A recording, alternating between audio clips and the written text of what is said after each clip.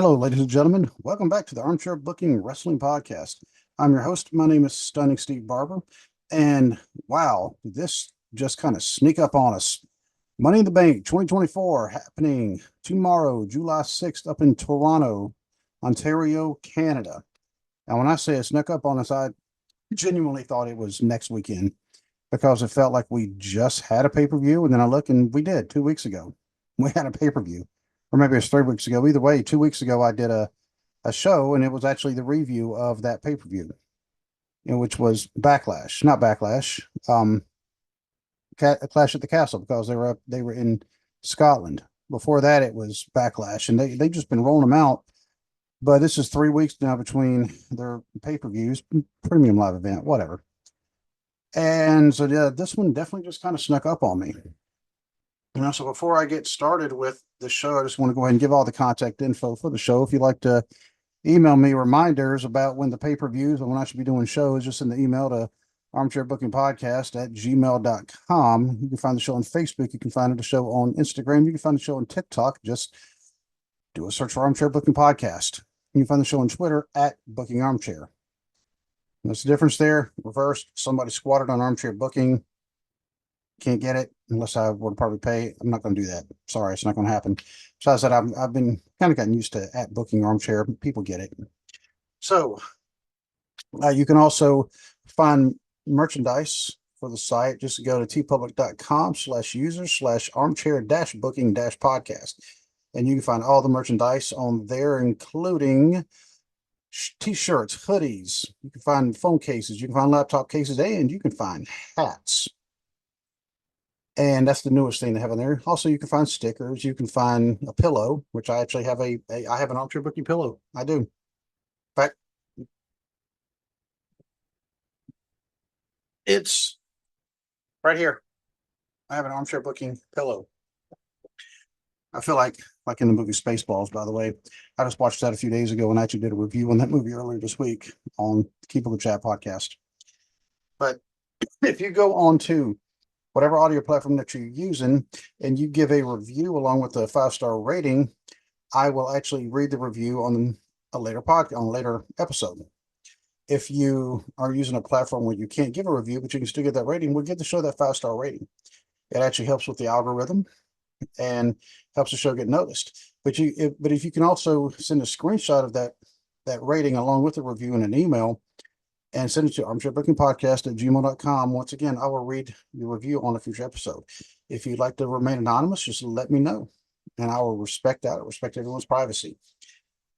So, also on YouTube, give a like, share, subscribe. Tell people about the show, because I'm trying to get the show regrown, because we actually had a really big audience at one point. Now it's dwindled, and part of that is my fault, and I will be the first one to admit that. Because when you only record we were recording 2 shows a week at least. Now it's about one show every 2 weeks. Well, that can be a problem. I will say I'm going to give an apology for last week. Last week it was a very just bad week in our household. We had some things happen, and it was bad enough to where I just was not in a mindset to record anything. And let me put it like this: I'm used to recording at least 5 episodes a week between the 2 podcasts, and I only recorded 1. That was it. So once again, I apologize, and maybe another reason my mind's just all kind of fuzzy right now when it comes to the podcast and trying to get everything back on track. And I did have a interview with a recruiter last week. That was some good thing out of last week, but besides that, yeah, we just had a kind of a rough week in our house last week, so, but now I'm back. And before I get started with my review, or a preview and predictions about Money in the Bank for this year, I want to give all my shout outs. I want to give a shout out to Duke Loves Wrestling. Go check his show out, because he's going to have some pretty big, Duke already has some pretty big players on his show. He's about to have some more. Ted used to be Ted the Hillbilly Hill. Now it's Ted's Takes on Wrestling. He is video only right now, but definitely still got a great show. BC Hunter at Wrestling with the 80s, Wrestling with the Truth. BC still puts out great stuff when he's able to, because BC is also a very busy man. So Finisher Wrestling, my guys up there in Buffalo, New York, we always got to say, dudes, we got to run it back. We got to run it back here soon. My buddies at the Dad World Order podcast, my buddy Kenny Cummings. We just recently had a birthday. Happy birthday, Kenny. Kenny's got another show. And he is the most busy for somebody that's not technically an actual wrestling reporter. Kenny ought to be. Somebody ought to pay this man to do wrestling reporting because he's at like every wrestling event, probably within 100, 150 miles of where he lives. Very, very dedicated to that. Also, TNC Sport Talk, my buddy Justin over there. TNC Sports Talk to throw in with Justin. His show is actually going through some changes right now. He's changed up his format. But Justin is also a pretty busy man. And, I'm always going to give a shout out to my co-host, who's still on hiatus right now. And that is Delicious Dwaylen Davis. And whenever he's able to come back, you'll definitely know because it's going to be some happy days. And he also has his own show, The Intellectual Rockstar, where he's also had to put that on hiatus as well. Something about having a baby or something. I don't know. And also, I'm going to always give a shout out as well to my other show, the Cubicle Chat podcast, because that's where I talk about just about everything besides wrestling. And after I record this show, I may actually record an episode of that. Just kind of depends on the kind of mood I'm in. So I've only done 3 shows of that this week, yesterday being July 4th. So I did not record anything yesterday. And then I thought I better record an episode of Armchair Booking, especially when I realized, oh my God, Money in the Bank is tomorrow. So I do want to get some other news real quick. And this is, I don't want to say it's local, but it's a local organization, it's a local company, and that's, of course, the Northern Wrestling Federation. They are having their annual Summer Sizzler Fan Fest on August 17th. It's actually going to be outdoors. It's going to be at the Florence Yalls Stadium down in Florence, Kentucky, also known as Thomas More Stadium. It's on the Thomas More University. It's the university's baseball stadium, but they're actually having it outdoors. And I think that's absolutely fantastic because I'll tell you, last year, they had it at Hits down in Covington, and it was so hot outside. My daughter, my son, and I actually left early. There was at least one more match left, and we left. I mean, it was because it was stifling hot in there. We were miserable. Not to say that the quality of the matches weren't good, but it was just we were extremely uncomfortable, and there was other people who were leaving as well, and that's a shame too because the NWF always puts on a good quality show. But the reason I bring this up is because the Armchair Booking Podcast is actually going to be sponsoring the show. Kind of like what we did a few years ago with the Women's Revolution, the initial Women's Revolution. We're doing that again now. We're actually going to be sponsoring Summer Sizzler. I actually had Shannon Harris, the wife of Wildcat Chris Harris. She actually reached out to me and said, "Hey, Steve, do you want to sponsor?" And I said, "Let me see what the money looking like." And she said, "Okay, cool. And I'm friends with Shannon. Like I said, very blessed to be friends with Shannon and Wildcat because Shannon, we call her Mama Cat. Everybody calls her Mama Cat. You don't really hear people calling her Shannon or referring to her Shannon. It's always Mama Cat.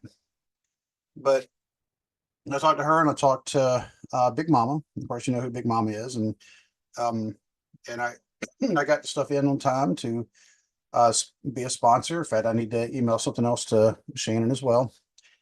And so I'm going to be sponsoring, I'm going to have my own, table there at the show, with my banner and everything. The banner I like to get hung up here, but it's kind of hard to do that sometimes. And in fact, I also ran into, obviously when they were going to be there, they had a show in Mount Orb. This is the town I live in, Mount Orb, Ohio, not a very big town, but they have the NWF coming here. And they always have good shows there as well. And so I actually spoke to Shannon and I spoke to Big Mama, and Big Mama said they are, as in Roger had already reached out, Roger Ruffin, the owner of the Northern Wrestling Federation, he had already reached out to him and asked if I could do some interviews. And I said, "Oh, absolutely. If I ever get an opportunity to really interview any wrestler, I'm usually on it, NWF especially. They're always near or at the top of my list, always, because they have always treated me really good. And I like to think, we actually have a really good relationship. So I have a lot of time for them. And so we should have some interviews here in the future. And Big Mama, actually, she told me She was like, they're waiting to see the matches. They don't have the matches set yet. Not all of them. I'll guarantee you they have some set, but they don't have all of them set yet. So that's while they're waiting to see who they're going to send my way. So look for interviews in the future. All right. So on to Money in the Bank. As soon as I take a swig of my sparkling ice black raspberry. There we go. So I'm actually going to go in the order that the matches are listed on Wikipedia. Okay. First one, men's Money in the Bank ladder match for the men's championship match contract. Okay, we all know how the Money in the Bank works. I love the concept. It is one of the best things. It was Chris Jericho's idea. We're reckoning up Chris Jericho never actually won the Money in the Bank. So the first one for men's match, Jey Uso, Carmelo Hayes, Andrade, Chad Gable, LA Knight, Drew McIntyre.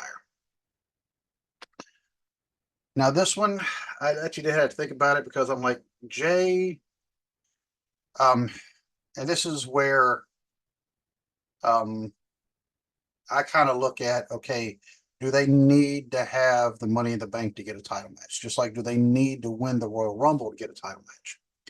Jay doesn't need it. Jey Uso is going to get a title match anyway. Personally, I'd like to see him and Jimmy get back together because I love the Usos as a tag team. I'm not saying they're not good as singles, but I just like them better as a team. Carmelo Hayes, he's not ready.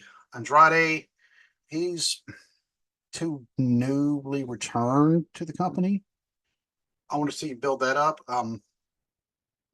Chad Gable, there's some weird things going on with him. I don't see them putting him in the world, even though Chad Gable is very deserving of a world title.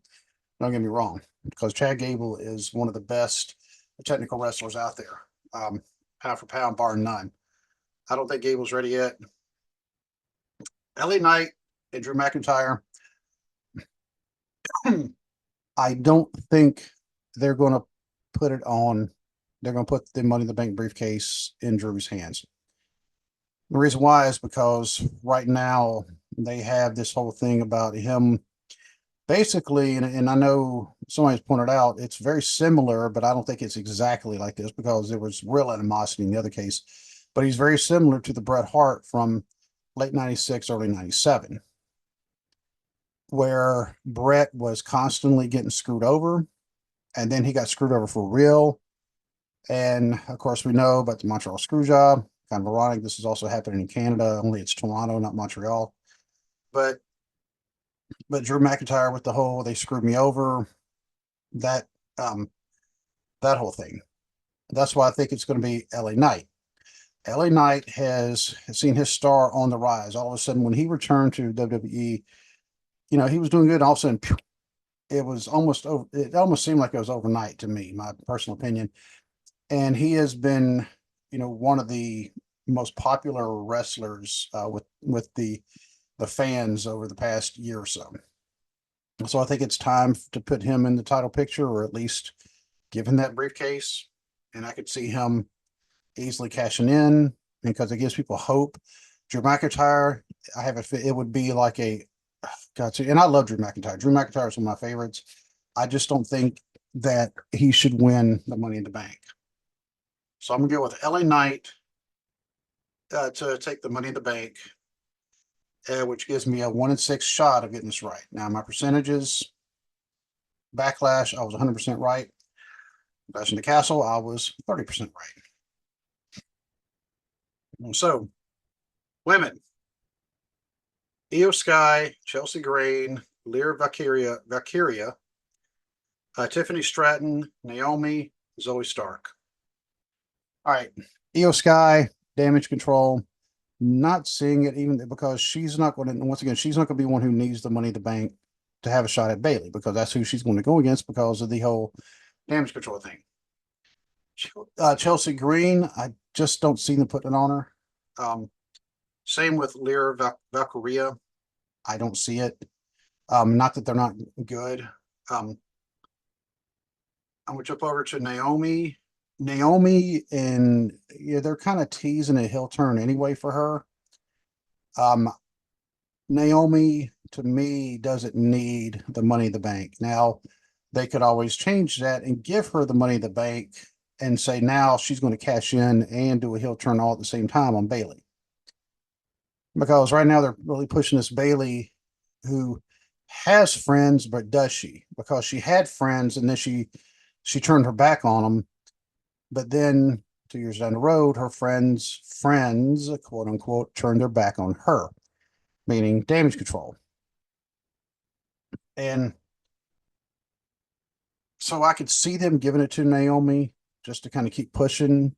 Well, Naomi's going to heel turn. Naomi's going to heel turn. She's going to heel turn. Hey, check it out, Naomi. Oh, well, oh, you're my friend. You're my best friend.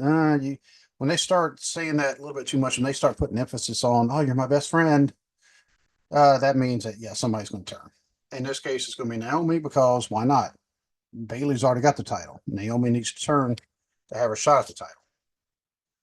But I don't think it's going to be with the Money in the Bank. Zoe Stark, they have her in the tag team already with oh my Lord. See, and this is what happens when you you start getting older. Shayna Baszler, that's who her tag team partner is. I think she and Shayna Baszler are going to end up with the tag team titles at some point because they look like a very, very good team. They're a very good team together. And it's always Stark, to be honest with you, I don't know what it is about her. I mean, she's good, but she just, to me, something about her, it just doesn't strike me like her being ready to be in the world title picture. This is why they need a secondary women's title, by the way, because you have enough women on the roster now, you can do it. Before, they just didn't have enough women on the roster. Now they do. And so, in case you're wondering, yes, I think Tiffany Stratton, they've really been pushing her, and I think this is kind of, it just makes logical sense, the progression that she's been going on.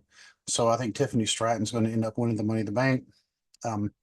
Tiffany Stratton, who is very athletic and legit world-class gymnast. That's why she does that hoppity moonsault that she does. And I just think that Tiffany Stratton is the one to go in this one. Like I said, I have a 1 in 6 chance of getting this right. Because to be truthfully, I mean, with both the men's and the women's, anybody can win this. I'm not in the boardrooms. I'm not in the writer's room when they're coming up with the scenarios, so they may have something else in mind. Next, Damian Priest, Seth Rollins, the last chance match for the World Heavyweight Championship. All right, first of all, calling it a last chance match, that's just dumb. Okay. What's the stipulation on it? There's no specialty to the match. It's not like it's a cage match. It's not like, it's a bull rope match. It's not like it's a Texas death match or what they're calling it now, the last man standing match. I get it. I mean, calling something a death match is to be kind of morbid sounding, especially when you have the things that go on in some of these other organizations like, Combat Zone Wrestling, where dudes are breaking out pizza cutters and dudes are almost dying because they've sliced an artery. So now the Falls Count Anywhere matches, I get a lumberjack match. Those are like specialty matches, stipulation matches. But first thing, this would be like a grudge match, which means it kind of has an added, okay, these two really hate each other. There's no titles on the line here, but these two just hate each other. It's a grudge match. There's a grudge there. But to call it a last chance match, it doesn't change. It just, if Seth Rollins loses, this is his last chance at that world title, while Damian Priest is the champion. But if Damian Priest loses, not only does he lose the title, well, you know what? He could still lose and not lose the title. There are ways. Damian Priest could lose, and he would have to leave Judgment Day. My call on this,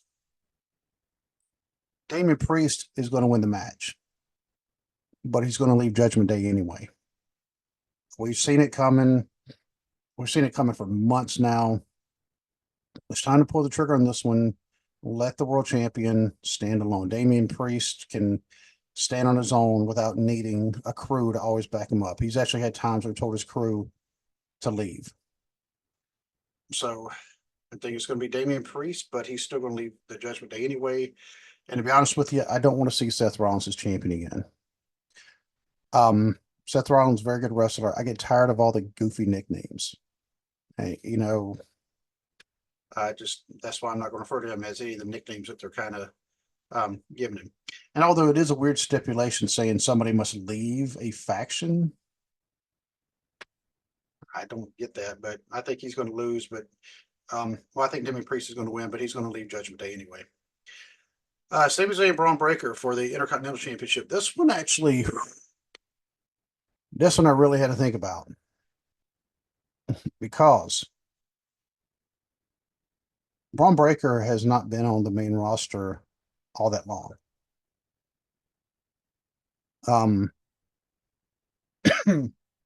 But in the time he's been on the main roster, he is just tearing it up. I mean, he's been just massacring people. Anything with him turns into a squash match because he's just that explosive. I mean, he's that destructive and he's that talented. Of course, you got to think, I mean, his dad is Rick Steiner. His uncle is Scott Steiner. And so his style is like theirs. I mean, kind of brutal, like brutal technicality. And honestly, it almost sounds like there's a certain genre of bands. There's a handful of them. They say their genre is brutal technical death metal. That's what Braun Breaker is. I mean, because he can do a lot of stuff in the ring. But you got Sami Zayn, the experienced veteran who earned that title, and he beat Gunther. And Gunther, who is the longest reigning Intercontinental title holder of all time. Not just cumulative, or not just single reign, but cumulative as well. Because that's one of the things, because before him, The Miz, I think, actually had the longest cumulative days as champion. But of course, Honky Tonk Man, for some reason, had the longest single reign of Intercontinental champion. Well, now there's Gunther. And for good reason, rightfully so. Gunther was really good in the ring. Gunther was believable. Sammy, it was believable beating him, but that also freed up Gunther to go after other things. And with this match here, like I said, it took me, because I mean, I had to go back and forth. And finally, I decided, you know what? It's time for Braun Breaker. Because if they beat him here, it's going to really kill his push. Because he's unstoppable. All of a sudden he gets stopped. And I think that Braun Breaker, he's going to walk out of there Intercontinental Champion. It's not going to hurt Sammy. And Sammy is, he's professional. I mean, I don't think he'll have an issue passing on. I never looked at Sammy as being any more than maybe a transitional champion anyway. Maybe a longer term transitional champion. But yeah, I didn't look at him holding the title a really long time to begin with. So this really makes sense. So Sammy, it just seems to be the kind of person that everybody likes cheering him on the chase, cheering him on the hunt, pulling for the underdog. And now he's got it. And now it's time for him to go back into the hunt again. Last one, Bloodline against RK Odie. Yes, that's what I'm going to name them, and I'm going to put it on Twitter X at Booking Armchair. I'm going to put on that account RK Odie. I think it's going to be the Bloodline over them. I'm still, who takes the pin, who eats the pin on this one? They'll probably have KO, honestly. For some reason, he seems to be the one they like to kind of pick on a little bit. Or if not KO, then it'll be somebody pinning Cody. It'll probably be Solo Sikoa pinning Cody, but kind of setting up that next match. The head of the table against the new head of the table against the world champion, getting his own world title shot. There's going to be some shenanigans in this match. We all saw what happened last week on SmackDown when Paul Heyman finally said, "You're not my tribal chief." And so they beat him up and they powerbombed him through a table. They did a spike on him. They beat Paul Heyman up. That man is like he's around 60 years old, and they beat him up. And he took those moves like a boss. So that tells you the lengths that Paul Heyman would go for business. But there have been other times where Paul Heyman allowed himself to get beat up and then can turn around and he was still in cahoots with him. It was all a setup. So look for some kind of shenanigans. There always is. Look for some shenanigans in the Damian Priest and Seth Rollins match. That could be a case of they help him win, but that's when he says, "I don't want you here. I'm gone." Braun Breaker's just going to roll over Sammy. I mean, Sammy's going to have some offense, but Braun Breaker's going to take it into the day. Bloodline over RKO. They're going to take this. It's going to be shenanigans, and they're going to end up winning it by pinfall. And that is all I have for the predictions of Money in the Bank. Obviously, the show sends out our thoughts and prayers to the family of Sika Anoa'i, father of Roman Reigns. One of the original, the Lost Samoans, him and his brother Alpha, they were one of the really just most vicious teams, unstoppable teams that you felt like, who can beat these guys in the 70s leading up into the 80s. But they are one of the ones that still influence a lot of people, obviously with the Anoa'i family and all the rest of the Samoans. And, they have a big influence in them, but you can see that influence carrying on to other people as well. So the wrestling world definitely lost one of the great pioneers when they lost him, and to be part of that great wrestling family. I mean, that says a lot. So like I said, our thoughts and prayers are out with that family. But that is all I have for the show. And next week we'll have a show to kind of see where I fell in my predictions, to see if I was right, see if I was like Backlash, or see if I was like Clash at the Castle, where I got a whole lot wrong. But that's all I have for today. So I'm just going to say, have a good day and God bless.